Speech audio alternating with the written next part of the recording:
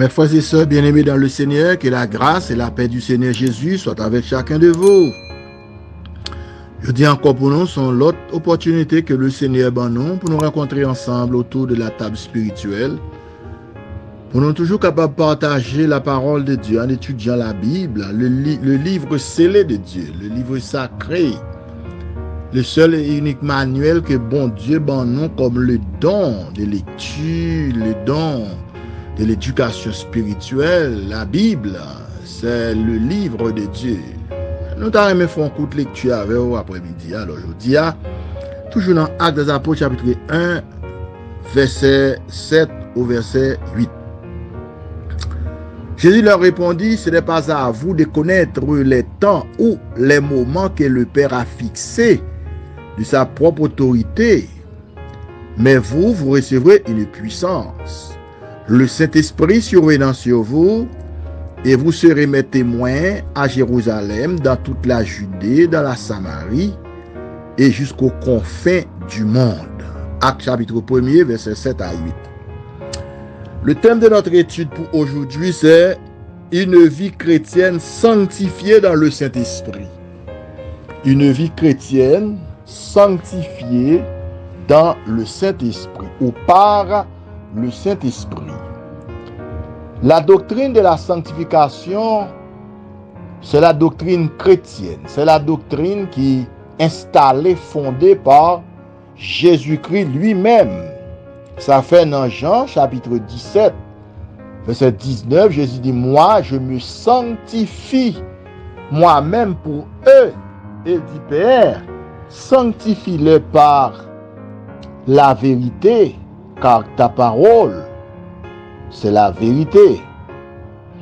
Ça me fait sentir que la sanctification qui veut dire mise à part, cela veut dire que, bon Dieu, mettez-nous à part par le Saint-Esprit. Une fois que nous avons reçu la puissance du Saint-Esprit de Dieu dans notre vie, dans notre cœur, nous venons un peuple qui mettait à part pour bon Dieu, dans un monde tout à fait confus, dans un monde rempli de toutes sortes de méchanceté, de dépravation qu'on ne saurait jamais imaginer. Et dans ce monde, notre Dieu gagne un peuple qui est sanctifié dans le Saint-Esprit et par le Saint-Esprit. Ça fait comprendre notre Seigneur et Sauveur Jésus-Christ dans Jean 14, verset 16. Il te dit que lorsque nous allons recevoir cet esprit, il va demeurer avec nous éternellement. Il ne va jamais quitter nous parce que tout ça pour faire dans la vie, nous, dans le domaine spirituel, tout ça capable de réaliser dans la vie, nous, dans le domaine spirituel, n'est que l'œuvre du Saint-Esprit.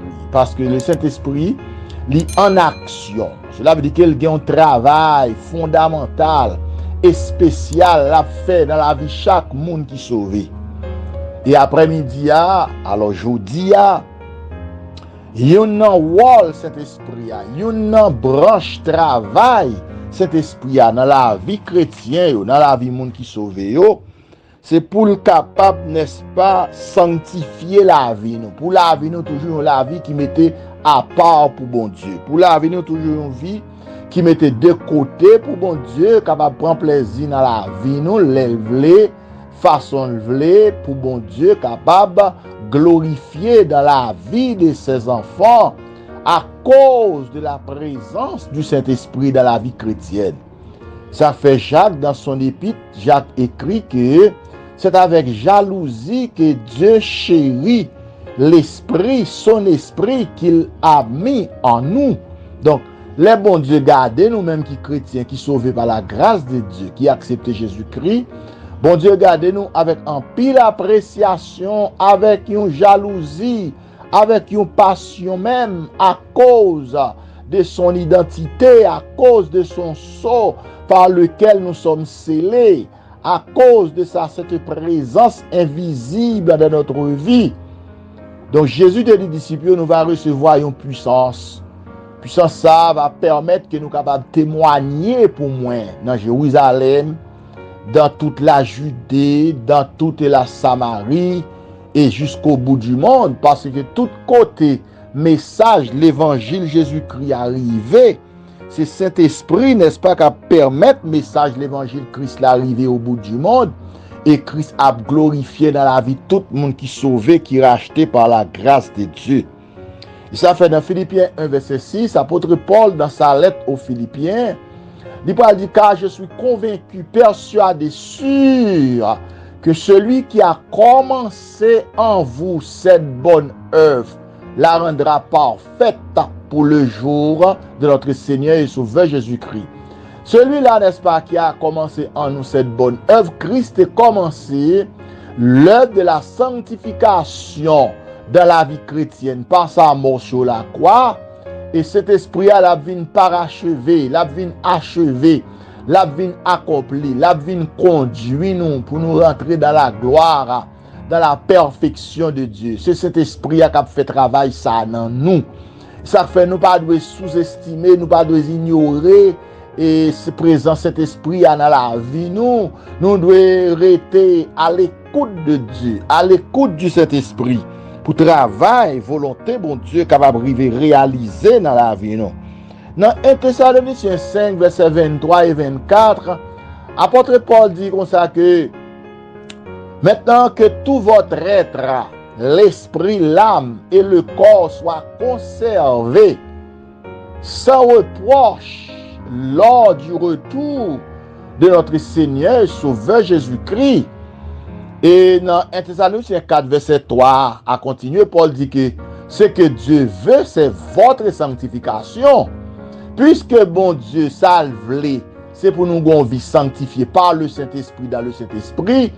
Donc, j'aime toujours dire dans l'étude précédente, nous qu'on gagne, pas rien dans la vie nous capable de nous dans la sanctification positionnelle en Christ, sinon que la présence du Saint-Esprit de Dieu.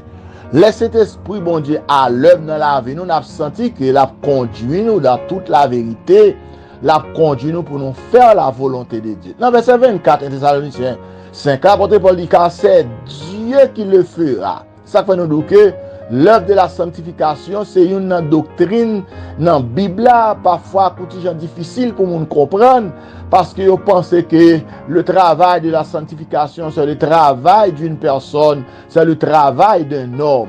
L'œuvre de la sanctification, c'est le travail du Saint-Esprit dans la vie chrétienne, avec la bonne collaboration de la personne concernée. Et ça fait dans le verset 24 là, il dit, c'est Dieu qui le fera. Il dit que tout votre être soit conservé sans reproche lors du retour de notre Seigneur et Sauveur Jésus-Christ.